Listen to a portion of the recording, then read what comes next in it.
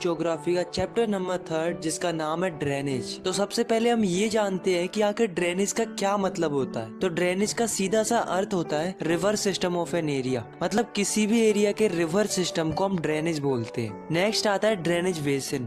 तो ये drainage basin क्या होता है, देखो जैसे मान लो कोई रिवर है, उसके कई सारी ट्रिब्यूटरीज भी होंगी और कई सारी डिस्ट्रीब्यूटरीज भी होंगी। तो ये जो सिस्टम होता है किसी भी रिवर का, उसे हम ड्रेनेज बेसिन बोलते हैं। नेक्स्ट आता है वाटर डिवाइड। नाम से ही पता चल रहा है कि इसमें वाटर को डिवाइड करने की बात की जा रही है। जैसे कि आप इस डायग्राम में देखो, यहाँ पर आपको दो ड्रेनेज बेसिन दिख रहे हैं, पहला है ये वाला और दूसरा है ये वाला। अब जो भी इन ड्रेनेज बेसिन को डिवाइड करता है उसे हम वाटर डिवाइड कहते हैं। और ये वाटर डिवाइड कुछ भी हो सकते हैं, जैसे कि माउंटेन हो सकते हैं, कोई ऊंची उठी जमीन हो सकती है। तो हम लिख सकते हैं कि any upland or a mountain separating two adjoining drainage basin is known as water divide. अब दोस्तों हमारे चैप्टर का नेक्स्ट टॉपिक आता है जो कि है ड्रेनेज सिस्टम इन इंडिया। इसको हम एक और नाम दे सकते हैं जो कि है रिवर सिस्टम ऑफ इंडिया। मतलब हम इसमें इंडिया की रिवर्स के बारे में बात करने वाले हैं। इंडिया की रिवर्स दो ग्रुप्स में बटी हुई हैं। पहली हिमालयन रिवर्स और दूसरी peninsular reverse. Himalayan reverse Himalaya से निकलती है और पेनिनसुलर रिवर पेनिनसुलर प्लेटू से निकलती है। हिमालयन रिवर्स पेरिनियल होती है, मतलब इन्हें पूरी साल भर पानी रहता है, क्योंकि इन्हें दो जगहों से पानी मिलता है, एक तो बरसात से, और जब बरसात नहीं होती है तब इन्हें पहाड़ों की बर्फ से पानी मिल जाता है। इसलिए हिमालयन रिवर्स में हमेशा पानी रहता है। वहीं जो पेनिनसुलर रिवर्स होती हैं वो सीजनल होती हैं, मतलब इन्हें साल के कुछ ही महीनों में पानी रहता है, खास करके उन महीनों में जिन महीनों में बरसात होती है। बाकी महीनों में इनका पानी सूख जाता है या फिर इनका वाटर फ्लो कम हो जाता है। हिमालयन रिवर्स बहुत बड़ी होती है और जो पेनिनसुलर रिवर होती है वो जनरली छोटी होती है as compared to Himalayan river.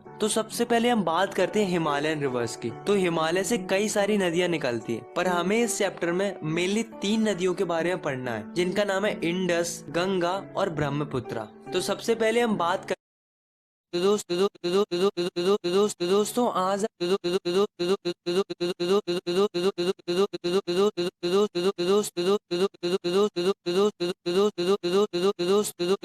आज हम पढ़ने वाले क्लास 9 ज्योग्राफी का चैप्टर नंबर 3 जिसका नाम है ड्रेनेज। तो सबसे पहले हम ये जानते हैं कि आखिर ड्रेनेज का क्या मतलब होता है। तो ड्रेनेज का सीधा सा अर्थ होता है river system of an area, मतलब किसी भी एरिया के रिवर सिस्टम को हम ड्रेनेज बोलते हैं। नेक्स्ट आता है ड्रेनेज बेसिन।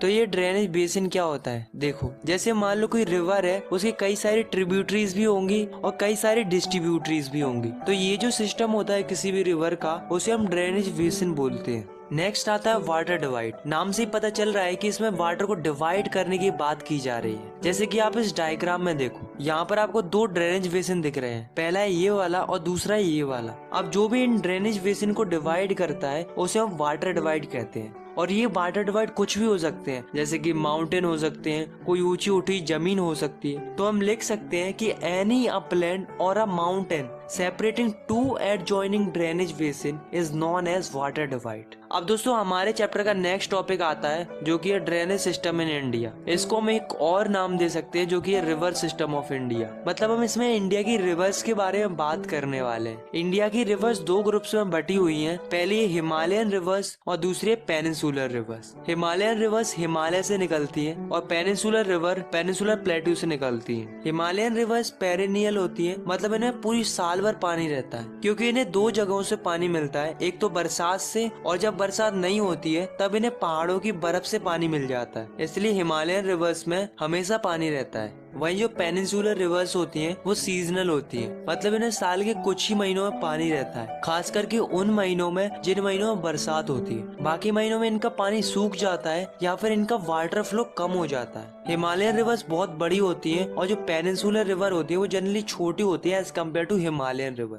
तो सबसे पहले हम बात करते हैं हिमालयन रिवर्स की। तो हिमालय से कई सारी नदियां निकलती हैं, पर हमें इस चैप्टर में मेनली 3 नदियों के बारे में पढ़ना है, जिनका नाम है इंडस, गंगा और ब्रह्मपुत्रा। तो सबसे पहले हम बात करते हैं इंडस रिवर की। तो इंडस रिवर तिब्बत से निकलती है और जम्मू कश्मीर से होते होते पाकिस्तान जाती है, फिर पाकिस्तान के बाद अरेबियन सी में जाकर मिल जाती है। इसकी कई सारे ट्रिब्यूटरीज भी हैं, जैसे कि जस्कर, सियोंग, चेनाब, झेलम, सतलुज, ब्यास और रावी। इस रिवर की टोटल लेंथ है 2900 किलोमीटर और इस रिवर का जो स्लोप है वो काफी जेंटल स्लोप है। Now the next river is Ganga river. अब दोस्तों उत्तराखंड में ग्लेशियर है जिसका नाम है गंगोत्री। तो वहाँ से क्या होता है कि वहाँ से भागीरथी निकलती है और इधर से अलकनंदा निकलती है। ये दोनों देवप्रयाग में जाकर आपस में मिल जाती हैं और इन दोनों के संगम से गंगा नदी बनती है और ये ईस्ट की तरफ बहती चली जाती है। फिर एक जगह फरक्का जो कि वेस्ट बंगाल में लोकेटेड है, वहाँ पर जाके ये बाइफरकेट कर जाती है हुगली और भागीरथी में। हुगली कलकत्ता से होकर बे ऑफ बंगाल में मिल जाती है और जो गंगा की मेन स्ट्रीम होती है यानी कि भागीरथी, वो बांग्लादेश में जाकर ब्रह्मपुत्र रिवर से मिल जाती है और इन दोनों रिवर के मिलने से मेघना रिवर बनती है और फिर ये मेघना रिवर बहती हुई बे ऑफ बंगाल में मिल जाती है और इन रिवर्स का जो डेल्टा बनता है वो है सुंदरबन डेल्टा। और आपको जानकर हैरानी होगी कि सुंदरबन डेल्टा इस दुनिया का सबसे बड़ा रिवर डेल्टा है। गंगा ही कई सारे ट्रिब्यूटरीज भी हैं जो कि गंगा को ज्वाइन करती है जब गंगा फ्लो करती है, जैसे कि यमुना, घाघरा, गंधक, कोसी, चंबल, बेतवा और सोन। गंगा की टोटल लेंथ है 2500 किलोमीटर पूरे नॉर्थन इंडिया के। अब अगली जो रिवर है वो है ब्रह्मपुत्र रिवर। ब्रह्मपुत्र रिवर तिब्बत से आती है, इसको तिब्बत में जाम्पू बोलते हैं। ये जो रिवर है वो हिमालय की ईस्ट की तरफ से बहना शुरू करती है और नामचा वरवा आते ही वहाँ से यू टर्न ले लेती है और एंट्री करती है अरुणाचल प्रदेश में। अरुणाचल प्रदेश में इसको दिहांग बोलते हैं और ये बहती बहती चली जाती है असम तक और असम में इसको ब्रह्मपुत्र बोलते हैं और फिर ये बांग्लादेश में चली जाती है, वहाँ पर इसको जमुना बोलते हैं और फिर ये भागीरथी के साथ मिलकर बे ऑफ बंगाल में मिल जाती है। इसकी कई सारे ट्रिब्यूटरीज भी हैं पर दो ही मेन ट्रिब्यूटरीज हैं जो कि इसको ज्वाइन करती है अरुणाचल प्रदेश में। उनका नाम है दिबांग और लोहित। जब ये तिब्बत से आती है तब इसमें काफी कम पानी होता है और सिल्ट भी काफी कम होता है क्योंकि तिब्बत वाला रीजन काफी कोल्ड और ड्राई रीजन होता है। पर जब ये रिवर हमारी इंडिया की ईस्टर्न पार्ट में एंट्री मारती है तब वहाँ पर इसका वाटर लेवल इंक्रीज हो जाता है और सिल्ट भी इंक्रीज हो जाता है क्योंकि हमें पता है कि इंडिया के ईस्टर्न पार्ट में काफी ज्यादा बरसात होती है। ये जो रिवर है वो काफी ज्यादा रिवराइन आइलैंड फॉर्म करती है। अब दोस्तों हर साल क्या होता है कि जब रेनी सीजन आता है तब रिवर ओवरफ्लो करने लगती है जिसकी वजह से असम और बांग्लादेश के लोगों को डिवास्टेशन का सामना करना पड़ता है। Now the next is peninsular river. मतलब हम इसमें उन रिवर्स के बारे में पढ़ेंगे जो कि इंडिया के पेनिनसुलर रीजन से निकलती है। इंडिया के पेनिनसुलर रीजन में ज्यादातर रिवर वेस्टर्न घाट से निकलती हैं और ईस्ट की तरफ फ्लो करती हैं, जैसे कि महानदी, गोदावरी, कृष्णा एंड कावेरी। और केवल नर्मदा और तापी दो बड़ी रिवर है जो कि वेस्ट की तरफ फ्लो करती हैं और एस्चुरीज बनाती हैं। तो सबसे पहले हम बात करते हैं नर्मदा रिवर की। तो नर्मदा रिवर मध्य प्रदेश के अमरकंटक हिल से निकलती है और वेस्ट की तरफ बहती चली जाती है, फिर गुजरात से होकर अरेबियन सी में मिल जाती है। नर्मदा रिवर अपने रास्ते में बहुत सारी अट्रैक्टिव लोकेशन बनाती है जैसे कि धुआंधार फॉल्स और मार्बल रॉक्स। नेक्स्ट है Tapi river. Tapi river Satpura ranges से बहती है। ये जो रिवर है वो नर्मदा रिवर के पैरेलल फ्लो करती है और महाराष्ट्र और गुजरात से होकर अरेबियन सी में चली जाती है, बट इसकी जो लेंथ होती है वो छोटी होती है नर्मदा रिवर से। अब दोस्तों और भी कुछ छोटी छोटी रिवर्स हैं जो कि वेस्ट की तरफ फ्लो करती हैं, जैसे कि साबरमती, माही, भारतपूर्णा, प्रियार। अब हम बात करते हैं गोदावरी रिवर की। तो गोदावरी रिवर महाराष्ट्र के नासिक से शुरू होकर बे ऑफ बंगाल में चली जाती है। ये जो रिवर है वो इंडिया के पेनिनसुलर रीजन की सबसे बड़ी रिवर है। इसकी टोटल लेंथ है 1500 किलोमीटर, इसलिए इसे दक्षिण गंगा भी कहते हैं। अगर हम बात करें इसकी ट्रिब्यूटरीज की तो इसकी ट्रिब्यूटरीज हैं Purna, Wardha, Pranhita, Manjara, Wainganga and Penganga. Now the next river is Mahanadi. तो महानदी छत्तीसगढ़ के हाईलैंड रीजन से निकलती है और उड़ीसा से होते होते बे ऑफ बंगाल में चली जाती है। इस रिवर की टोटल लेंथ है 860 किलोमीटर। अगली जो रिवर है वो है कृष्णा रिवर। कृष्णा रिवर महाबलेश्वर से शुरू होती है और बहते बहते बे ऑफ बंगाल में मिल जाती है। इसकी जो ट्रिब्यूटरीज है वो है तंगभद्रा, कोयना, घटप्रभा, मूसी एंड भीमा। इस रिवर की टोटल लेंथ है 1400 किलोमीटर। नेक्स्ट है Kaveri river. Kaveri river western Ghat की ब्रह्मगिरी हिल से बहना शुरू करती है और तमिलनाडु के कुंडालोर से होकर बे ऑफ बंगाल में मिल जाती है। इसकी टोटल लेंथ है 760 किलोमीटर।